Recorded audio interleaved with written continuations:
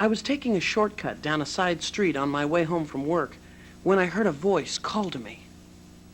"Hey, you," it said. "Yeah, you, the one without the dog.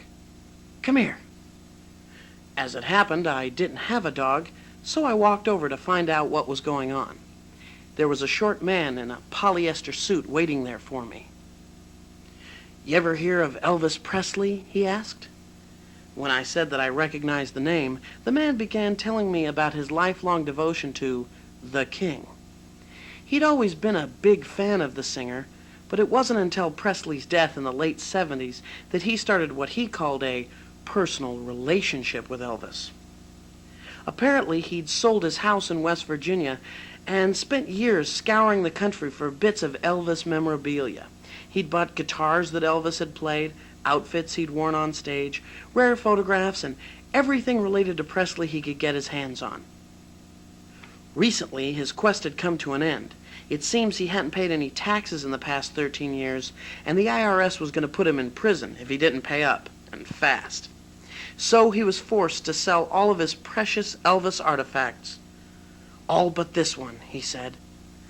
The man opened up the trunk of his car and took out a gray plastic garment bag, which he unzipped and opened. Inside was a large white shirt with a wide collar and long cuffed sleeves. "This is the shirt that Elvis died in," he whispered. I didn't know how to react.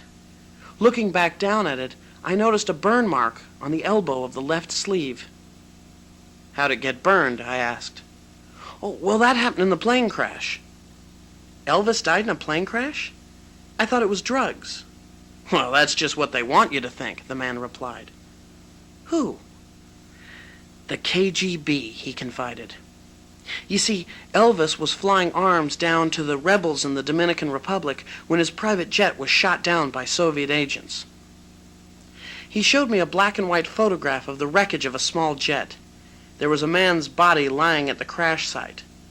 He was wearing the same shirt as the one in the display case.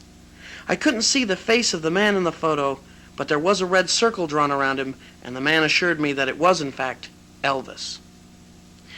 He tried to sell me the shirt for $500. I explained to him that he wasn't dealing with some idiot and managed to talk him down to $485.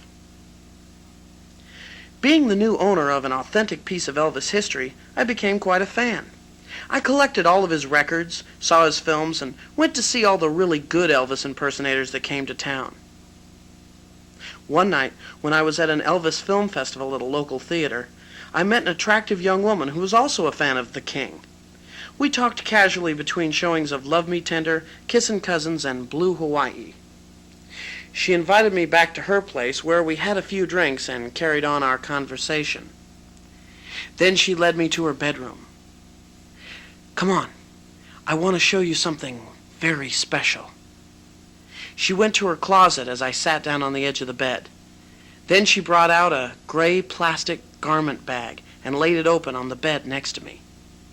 Inside was a large white shirt with some dried seaweed clinging to the left sleeve.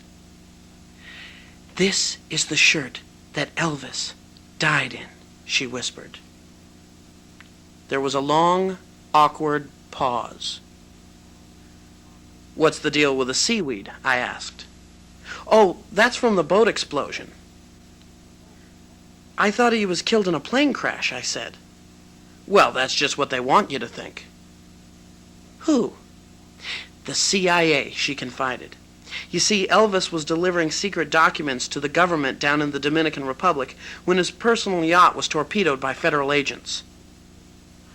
When I asked her where she got the shirt, she told me she'd bought it in an alley from a short man in a polyester suit. I didn't know what to say. I was embarrassed beyond all words, because I had no polite way of telling her that I had the real one.